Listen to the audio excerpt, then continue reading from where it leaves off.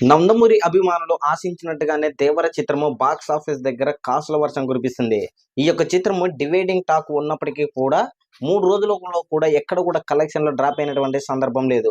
హిందీ మరియు యూఎస్ఏ అన్ని ఏరియాల్లో కూడా కర్ణాటక మరియు కేరళ ఈ యొక్క పరిసర ప్రాంతాలలో కూడా అన్ని ఏరియాల్లో కూడా కలెక్షన్‌ల పరంగా దుమ్ము దుమారం లేపుతుంది అనేది స్పష్టంగా తెలిసింది.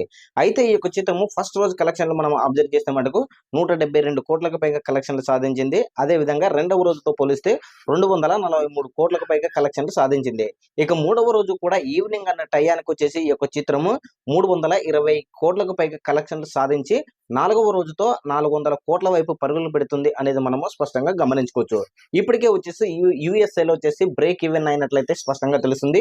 $5.3 మిలియన్ అయినట్టు మనకు స్పష్టంగా తెలుస్తుంది. అదేవిధంగా సీడెడ్‌లో కూడా దాదాపుగా ఈ రోజు లేదా రేపటిలోపు కంపల్సరీగా సీడెడ్‌లో కూడా రాయలసీమ పరిసర ప్రాంతాలలో లాభాలలోకి వెళ్ళే అవకాశం ఉందని తెలుస్తుంది.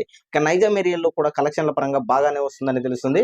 ఇక్కడ కూడా రేపు లేదా ఎల్లుండి కూడా లాభాల బాట పట్టే అవకాశం ఉంది అనేది మనకు స్పష్టంగా తెలుస్తుంది.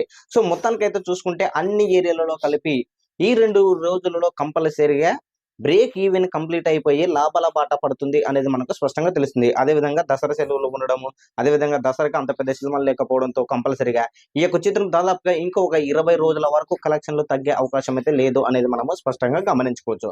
సో మొత్తానికి మనకు అందుతున్నటువంటి సమాచారం ప్రకారం అయితే దేవర చిత్రము 3 రోజులు కంప్లీట్ అయ్యేసరికి 320 కోట్లకు పైగా గ్రాస్ కలెక్షన్‌లు సాధించి 400 కోట్ల వైపు పరుగులు పెడుతుంది అనేది మనకు స్పష్టంగా తెలుస్తుంది. నాలుగవ రోజు ఎలాంటి కలెక్షన్‌లు సాధిస్తుందా అనేది కూడా మీకు ఈవినింగ్ అప్డేట్ ఇస్తాము. Thank you.